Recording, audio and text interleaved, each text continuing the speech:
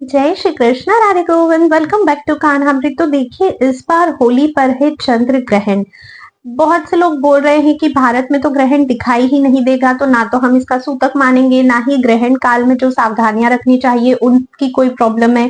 हम लोग बहुत आसानी से होली खेल सकते हैं। हाँ देखिए, मैं भी मानती हूँ कि भारत में ये जो चंद्र ग्रहण है वो किसी भी तरह से दिखाई नहीं देगा। मैं आपको आगे बताऊंगी कि इसका क्या रीजन है, क्यों भारत में दिखाई नहीं दे रहा है। क्योंकि देखिए, चंद्रमा तो एक ही है। वही चंद्रमा हमारे इंडिया में भी हमें दिखते हैं और वही चंद्रमा बाहर के देशों में भी दिखाई देते हैं। तो जब चंद्रमा एक ही है और अगर बाहर के देशों में ग्रहण मान्य है तो फिर भारत में क्यों नहीं है? क्या सावधानियां आपको रखनी है? ग्रहण कब से कब तक रहेगा? सावधानियां हमें क्यों रखनी है, इसका रीजन भी मैं आपको बताऊंगी। इस बार होली पर भद्रा का साया भी लग रहा है, तो होलिका दहन करना है नहीं करना है, कब करना है, कैसे करना है, पूजा में कितनी देर हमें रुकना है, कितनी देर वेट करना है, क्या करना है, चंद्र ग्रहण में क्या क्या चीजों का ध्यान रखना है। अगर आपके घर में कोई भी गर्भवती महिला या आप स्वयं गर्भवती हैं तो आपको किन किन चीजों का ध्यान रखना है। देखिए, ग्रहण में ना हमें डरने की आवश्यकता नहीं होती है। हमें डराया बहुत ज्यादा जाता है कि ये मत करो, वो मत करो, ऐसा मत करो, वैसा मत करो। डरना नहीं है आपको, पर हाँ आपको कुछ सावधानियां रखनी है। जो भी लोग इंडिया से बाहर इस वीडियो को देख रहे हैं, जिनके यहाँ पर ग्रहण लग रहा है, उन्हें भी मैं डिटेल में सारी जानकारी दूंगी, तो आप लोग वीडियो एंड तक अवश्य ही देखिएगा। बहुत ज्यादा इन्फॉर्मेटिव होने वाला है। ग्रहण से रिलेटेड सारी जानकारी आपको इस वीडियो में मिल जाएगी। लेकिन वीडियो शुरू करने से पहले अगर आप लोगों ने चैनल पर पहली बार विजिट किया है तो सब्सक्राइब करके बेल आइकन जरूर प्रेस कर दीजिएगा, ताकि ऐसी और भी इन्फॉर्मेटिव वीडियोस आपके पास आती रहे। चलिए शुरू करते हैं। सबसे पहले तो ये जानना अति आवश्यक है कि ग्रहण होता क्या है। ग्रहण है, ये मत करो, वो मत करो, तो हमने बहुत सुना है, पर एक्चुअली ग्रहण होता क्या है। जैसे कि अभी चंद्र ग्रहण लग रहा है जो कि 14 मार्च को लगेगा। तो चंद्र ग्रहण कब होता है? जब पृथ्वी जो है वो चक्कर लगाते हुए सूर्य और चंद्रमा के बीच में आ जाती है, जिस वजह से क्या होता है, सूर्य का जो प्रकाश है वो चंद्रमा तक नहीं पहुंच पाता है, जिससे चंद्रमा जो है वो हमें रोशनी नहीं देते हैं। क्योंकि आप लोग जानते ही होंगे कि चंद्रमा जो है वो सूर्य के प्रकाश से ही चमकता है। तो इस वजह से क्या होता है, पृथ्वी के बीच में आ जाने से सूर्य का प्रकाश चंद्रमा तक नहीं पहुंचता है, जिससे वो चमकते नहीं है, रोशनी नहीं देते हैं और अंधेरा छा जाता है। ठीक है, इस वजह से क्या होता है, कुछ समय के लिए चंद्र ग्रहण लग जाता है। ठीक है, एक तो ये रीजन होता है। दूसरा देखिए, अगर मैं आध्यात्मिक रीजन की बात करूं तो इसके पीछे एक बहुत ही रोचक कथा आती है। मैं आपको शॉर्ट में वो कथा बताती हूँ। देखिए, समुद्र मंथन के समय क्या हुआ था। समुद्र मंथन के समय सबसे लास्ट में अमृत का कलश आया था। धन्वंतरी जी जो है वो अमृत का कलश लेकर निकले थे। अब अमृत का कलश देखते ही देवता और दैत्य दोनों आपस में भिड़ने लगे। सब चाहते थे कि इस अमृत का पान सिर्फ हम लोग करें। दैत्य चाहते थे देवताओं को ना मिले और देवता चाहते थे दैत्यों को ना मिले। ऐसी परिस्थिति देखकर भगवान श्री हरि विष्णु ने मोहिनी का रूप लिया। मोहिनी का रूप ऐसा था कि जो उसे देखेगा वो उनसे मोहित हो जाएगा। ठीक है, लेकिन देवताओं के जो गुरु थे बृहस्पति, उन्हें इस बात का पता था, तो उन्होंने देवताओं को पहले ही कह दिया था कि मोहिनी के मुख की ओर तुम लोग बिल्कुल भी मत देखना, नहीं तो तुम भी मोहित हो जाओगे।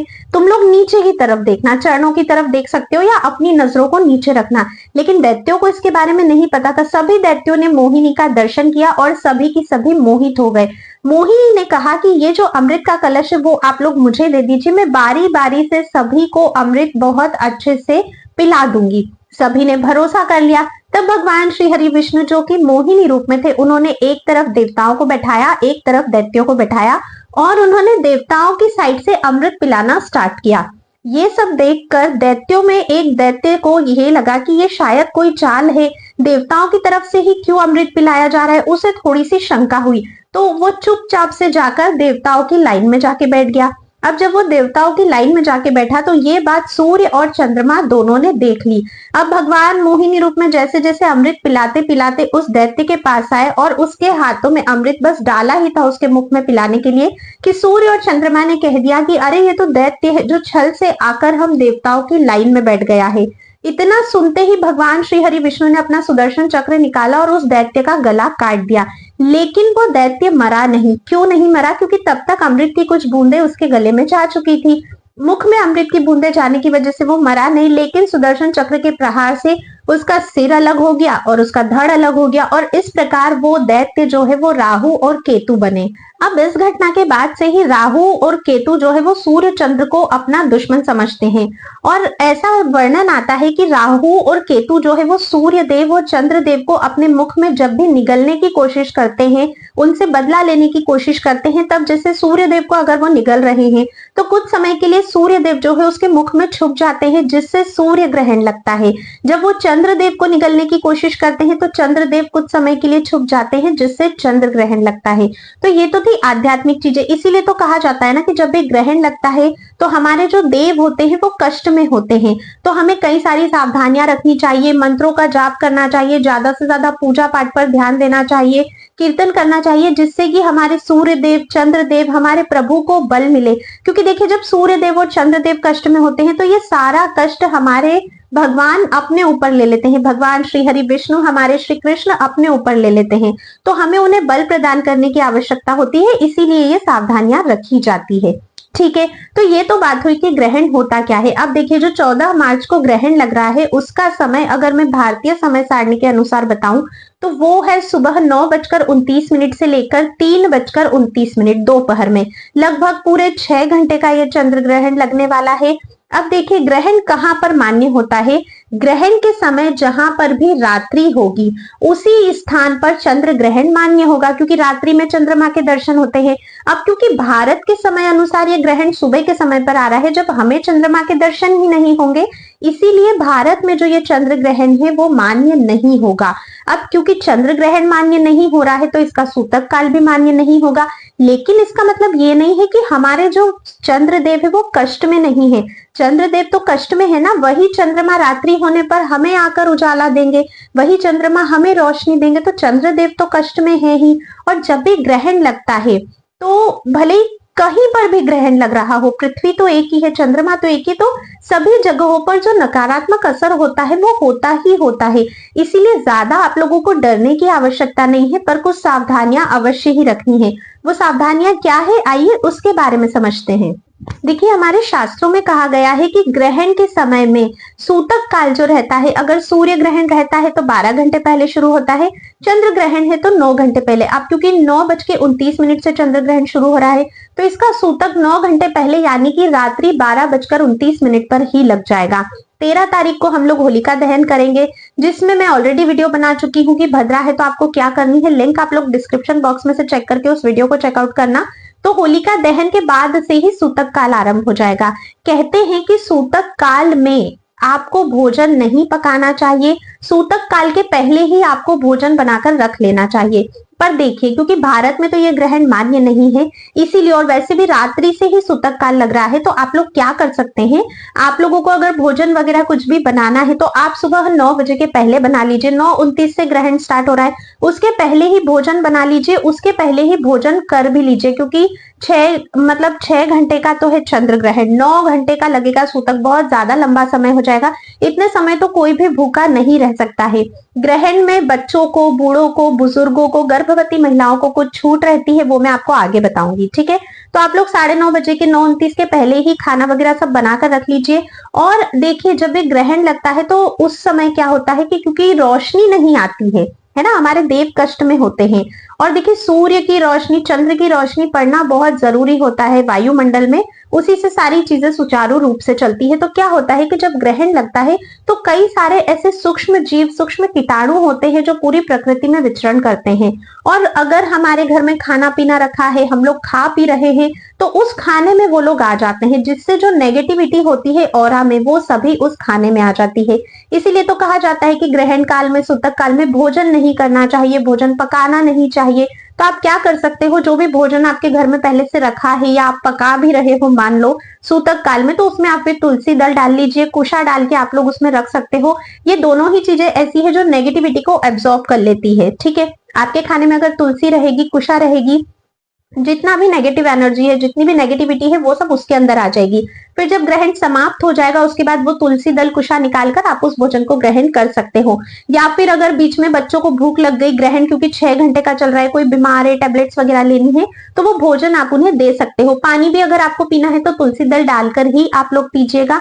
कोशिश करिए आप लोग खाना स्टोर ना करें, क्योंकि शास्त्रों में कहा गया है कि ग्रहण के बाद जो भी बचा हुआ खाना होता है वो हमें स्वयं कभी नहीं खाना चाहिए। उसे गाय को, कुत्ते को, या आप किसी भी जीव को खिला सकते हो।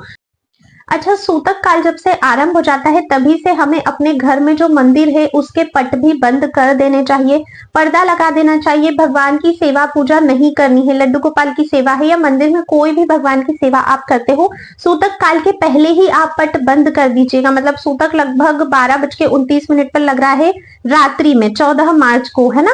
तो आप क्या कीजिएगा कि 12:29 के पहले ही भगवान के मंदिर के कपाट बंद कर दीजिएगा। मंदिरों में भी आपने देखा होगा पूजा पाठ नहीं होती है, ठीक है। तो इस चीज का ध्यान रखना है। कहा जाता है कि सूतक काल में हमें किसी भी तरह से ऐसी कोई भी प्रतिक्रिया नहीं देनी है, या मतलब लड़ाई झगड़ा ऐसी चीजों से तो दूर ही रहना है। कोशिश करिएगा कि आप लोग ज्यादा से ज्यादा ग्रहण काल में भगवान के नामों का जप कर सको। अगर गुरु मंत्र प्राप्त है तो गुरु मंत्र का जप कर सको। शास्त्रों में कहा गया है कि ग्रहण काल में की गई पूजा पाठ, इन द सेंस कि आपको विग्रह को हाथ नहीं लगाना है, मंदिर में नहीं जाना है, एक आसन पर बैठकर, कुशा के आसन पर बैठकर मंत्रों का जाप करना, ग्रंथों का पाठ करना, ये सारी चीजें करने से कई गुना अधिक लाभ आपको मिलता है। कहते हैं अगर जब आप मंत्र जाप कर रहे हो ग्रहण काल में, अगर आपने अपने पास गंगा जल को रख लिया है, तो गंगा जल अगर पास में है और आप मंत्रों का जाप करते हो तो इससे तो लाखों लाखों गुना अधिक फल की आपको प्राप्ति होती है। तो आप लोग गंगा जल भी अपने पास रख सकते हो। ये मैं गर्भवती माताओं के लिए भी बता रही हूँ। देखिए, गर्भवती माताओं के लिए भी ना काफी सारी सावधानियां होती है। डरना नहीं है, सिर्फ सावधानी रखना है। जैसे कि आप लोगों को बाहर नहीं जाना है, ठीक है। ग्रहण काल में अगर अति आवश्यक होता है कि बाहर जाना ही पड़ रहा है तो फिर आप अपने चुन्नी में थोड़ा सा कुमकुम, हल्दी और कुशा बांध लीजिएगा। अपने पेट पर आप लोग चंदन या तुलसी का लेप करके ही बाहर जाइएगा, ठीक है। अगर अति आवश्यक है तो, नहीं तो आपको घर पर ही रहना चाहिए। आप एक कमरे में रहिए। अगर आप ऑफिस वगैरह भी जाते हैं तो बाहर ना निकलिए, अपने ऑफिस के अंदर ही रहिएगा। कोशिश करिएगा कि आप लोग इस समय में सात्विक भोजन ही ग्रहण करो, क्योंकि अब 6 घंटे के लिए गर्भवती तो भूखी नहीं रह सकती है। तो आप लोग पानी भी पी सकते हो जिसमें तुलसी दल डला होगा, भोजन भी कर सकते हो जिसमें तुलसी दल डला होगा, सात्विक भोजन। एकदम ज्यादा अर्जेंसी होने पर बिल्कुल तुरंत पकाया गया भोजन भी आप लोग ग्रहण काल के समय में कर सकते हो। ग्रहण में वैसे तो हमें शौच आदि कार्य नहीं करने चाहिए, पर गर्भवती महिलाओं के लिए छूट है, वो शौच आदि कार्य भी कर सकते हैं। काटना, छटाई, सुई, कैंची, इन चीजों का उपयोग नहीं करना है। लोहे से आपको दूर रहना है। फूल पत्ती नहीं तोड़नी है, मतलब बाहर तो निकलना ही नहीं है। तो आप इन सभी चीजों का ध्यान रखिएगा, ठीक है। आपका बच्चा आपके गर्भ में है, उसे कुछ भी नहीं होगा। खुली आंखों से बिल्कुल भी ग्रहण देखने की कोशिश ना करें। ये कुछ सावधानियां थी। बाकी मैं डिटेल में भी एक वीडियो आपके लिए लेकर आऊंगी जिसमें मैं बताऊंगी कि गर्भवती माताओं को क्या क्या ग्रहण काल में करना चाहिए, क्या क्या सावधानी रखनी है, जिससे उनके और उनके शिशु पर कोई भी बुरा असर ना पड़े। तो उस वीडियो को आप लोग आगे चेकआउट जरूर कर लेना, ठीक है। इसके बाद जब ग्रहण समाप्त होता है तो देखिए, ग्रहण शुरू होने से पहले, मतलब जैसे सूतक काल शुरू होता है उसके पहले ही स्नान कर लेना चाहिए, ठीक है। फिर पूरा जब ग्रहण काल समाप्त हो जाएगा, जैसे 3:29 पर समाप्त हो रहा है, फिर से आप लोग स्नान कीजिएगा। स्नान करने के बाद पूरे घर में गंगा जल का छिड़काव कीजिएगा। गंगा जल छिड़कने के बाद भगवान के मंदिर की साफ सफाई कीजिए। उसके बाद ही भोजन, नया भोजन पकाइए, भगवान को भोग लगाइए और फिर आप लोग भोजन कीजिए। ग्रहण वाले दिन दान करने का बहुत अधिक महत्व होता है। चंद्र ग्रहण जब भी लगता है तब सफेद चीजों का दान हमें करना चाहिए। अब सफेद चीजों में कुछ भी आप लोग दान कर सकते हो, दूध की कोई भी चीज कर सकते हो, चावल कर सकते हो, है ना, कपड़े कर सकते हो, जो भी आपकी सामर्थ्य है, सफेद चीजों का दान करना चाहिए। और ये दान अगर भारत में ग्रहण नहीं है तब भी आपको करना चाहिए, क्योंकि हमारे चंद्र देव जो है वो तो कष्ट में है ही। देखिए, हम आध्यात्मिक पहलू को पूरी तरह से नकार नहीं सकते हैं, ठीक है। हाँ, माना कि वैज्ञानिक तौर पे ज्योतिष की गणना के हिसाब से भारत में मान्य नहीं, पर इसका मतलब ये तो नहीं कि हम लोग होली का पर्व बहुत धूमधाम से मना रहे हैं, बहुत ज्यादा मजे करें। होली मनाइए, कोई प्रॉब्लम नहीं है, पर थोड़ी सी लिमिटेशंस में रह के मनाइए, क्योंकि हमारे चंद्रदेव जो है वो कष्ट में है। ये होता है अपने भगवान के प्रति समर्पण, अपने धर्म के प्रति समर्पण, जो हम लोगों को करना चाहिए। छोटी छोटी सावधानियां हैं, बस वही आप लोगों को रखनी है। आप लोग ग्रहण काल में ये भी कर सकते हो, अगर किसी के घर में कोई गर्भवती महिला है तो, कि आप लोग ना नींबू काट लीजिए, नींबू को काटकर अपने घर के कॉर्नर्स पे रख लीजिए, घर के मेन एंट्रेंस पे रख लीजिए, और जब ग्रहण समाप्त हो जाता है उसके बाद उस नींबू को उठाकर आप लोग फेंक सकते हो। नींबू भी जितनी भी नेगेटिव एनर्जीज होती है वो सब अपने अंदर एब्जॉर्ब कर लेता है, इससे आपके ऊपर किसी भी तरह का कोई बुरा असर नहीं पड़ता है।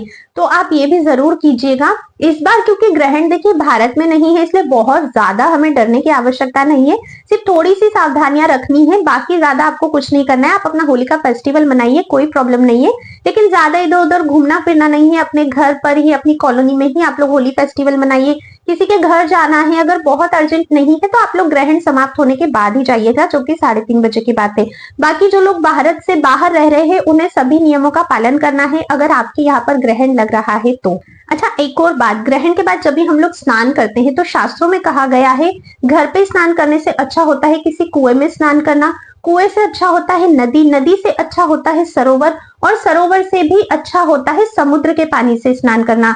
तो ग्रहण के बाद जब आप स्नान करते हो तो घर पर ही, क्योंकि हम लोग अब समुद्र में तो जा नहीं सकते स्नान करने, तो घर पर ही अपने जल में आप लोग थोड़ा सा नमक मिलाकर स्नान कीजिएगा, इससे आप लोगों को बहुत अधिक लाभ होगा, और जो भी नेगेटिविटी घर में है आपके ऊपर है वो पूरी तरह से चली जाएगी, ग्रहण का बिल्कुल भी असर आपके ऊपर नहीं होगा। तो आज की वीडियो में मैंने ग्रहण से रिलेटेड सारी जानकारी आप लोगों को दे दी है। आई होप आपने सारी चीजें अच्छे से समझ ली होगी। इस वीडियो को आप लोग प्लीज ज्यादा से ज्यादा शेयर कीजिए, ताकि सभी लोगों तक इन्फॉर्मेशन पहुंच सके और सभी लोग ये छोटी छोटी सावधानियां रख सके, जिससे उनके जीवन में जो ग्रहण को लेकर नेगेटिव बातें हैं या ग्रहण को लेकर जो डर है वो दूर हो सके। ठीक है, ग्रहण काल में मैं फिर से कह रही हूँ, भगवान के नामों का जप करना, कीर्तन करना, भक्ति करना बहुत बहुत ज्यादा फलदायी होता है। तो अपने जो सोच है उसको नकारात्मक मत बनाइए, उसको सकारात्मक बनाइए, और उससे आप भगवान के नामों का जप कीजिए, जितना अधिक आपसे हो सकता है, बहुत आपको लाभ मिलने वाला है। वीडियो अगर पसंद आई है तो बिना लाइक किए बिल्कुल भी मत जाइएगा। अब मैं आप सभी से नेक्स्ट वीडियो में मिलती हूँ, तब तक के लिए राधे राधे।